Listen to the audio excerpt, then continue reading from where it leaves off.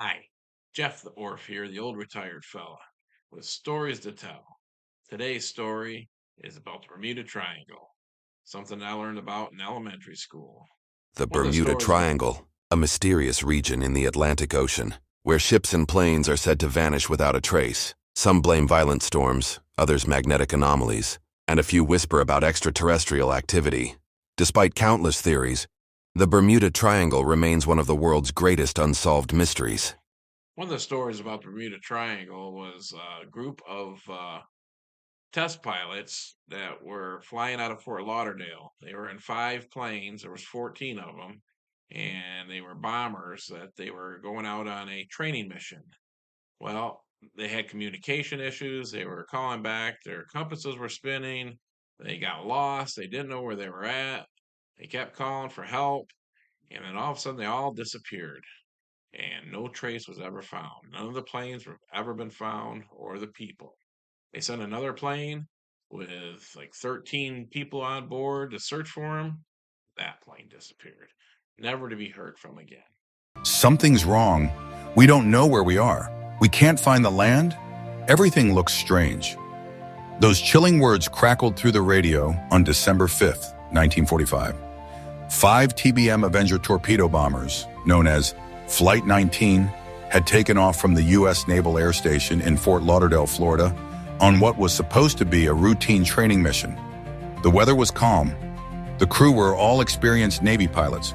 The flight path was simple: east into the Atlantic, then back. But 90 minutes after takeoff, something went wrong. Commander Charles Taylor radioed in, "We can't see land. We think we are 225 miles northeast of base. Everything is wrong. Strange. The ocean doesn't look as it should." Then came silence. Naval radio operators tried to triangulate their signal. They couldn't. Something was interfering. Within hours, the Navy launched one of the largest search and rescue operations in American history. A massive rescue plane, a PBM Mariner with 13 men on board, was sent out. Within 20 minutes, it too disappeared from radar. In total, 6 aircraft, 27 men, gone, no wreckage, no distress beacons, no oil slicks. The Navy's final report listed the causes unknown. But off the record, several officers admitted they believed something unnatural happened. Witnesses on the coast reported strange lights in the sky that evening. Some claimed to hear unexplained radio transmissions in the days after, echoing on military frequencies long after the mission had ended. One civilian ham radio operator even claimed he heard the voice of a young pilot whispering, "If we just had a compass, they tricked us." Of course, the Navy never confirmed it. Then in 1989, a hiker deep in the Everglades discovered a military life raft tangled in mangrove roots. It was marked FT-28, the tail number of the lead plane in Flight 19. Experts confirmed it was authentic, but how it ended up there, 200 miles from the flight's path, remains a mystery. In 2009, a Florida air traffic controller swore he picked up a faint signal during a quiet night shift. The transmission simply said, "This is FT-28. We are still waiting." It lasted 7 seconds. The Navy dismissed it as interference. But what if Flight 19 didn't just crash? What if it crossed into something else? A tear in time, a different dimension, or a secret the ocean was never meant to reveal? Their voices may be lost, but on quiet nights over the Atlantic, some say the sky still remembers. So this is another story, but this person survived it, and he still tells the story today. I'll put a link in my What description. he saw in the sky should have been impossible, but he lived to tell it. In 1970, pilot Bruce Gerner took off from the Bahamas on what should have been a normal flight. Minutes after takeoff, he saw a strange cloud forming perfectly circular like a tunnel in the sky. As he entered, his instruments went crazy. Compasses spun out to didn't register, and the radios turned into static. Inside the cloud, lightning pulsed without sound. The walls twisted like a vortex, and the plane felt weightless. Bruce pushed forward until he saw a narrow opening like a window in space. He burst through, but something was wrong. Miami radar couldn't locate him until suddenly he appeared over the city. Even though the trip should have taken 90 minutes, He'd traveled the distance in 47 minutes. To this day, no scientific explanation fully matches his experience. Bruce Gernon insists, "I didn't escape a storm. I escaped something else." And he remains one of the only pilots to claim he survived the Bermuda Triangle. So here's another one regarding the Bermuda Triangles. There was lots of stories of them. This was another pilot's radio transmission. If you have headphones, you might want to turn it down.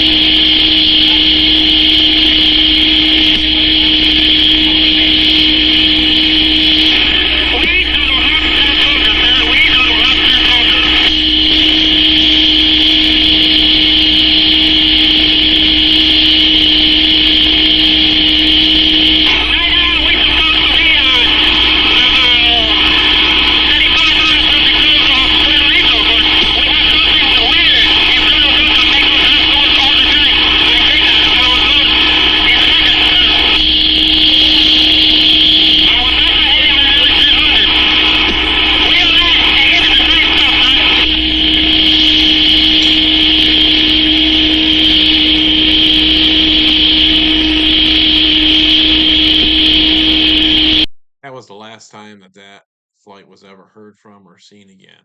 No wreckage, disappearance, never found. So would you want to fly through the Bermuda Triangle? You still don't hear too many of the stories today as much as you used to hear back in the 60s, 70s, 80s.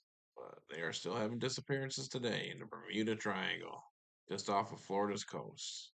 So, would you want to go? Do you believe in supernatural areas? They thought at one time maybe it's a magnetic issue there, but no one's ever been found. No planes ever get recovered. I don't know. So, if you want more stories, subscribe to Exploring the Orf, the old retired fella. Thank you for watching.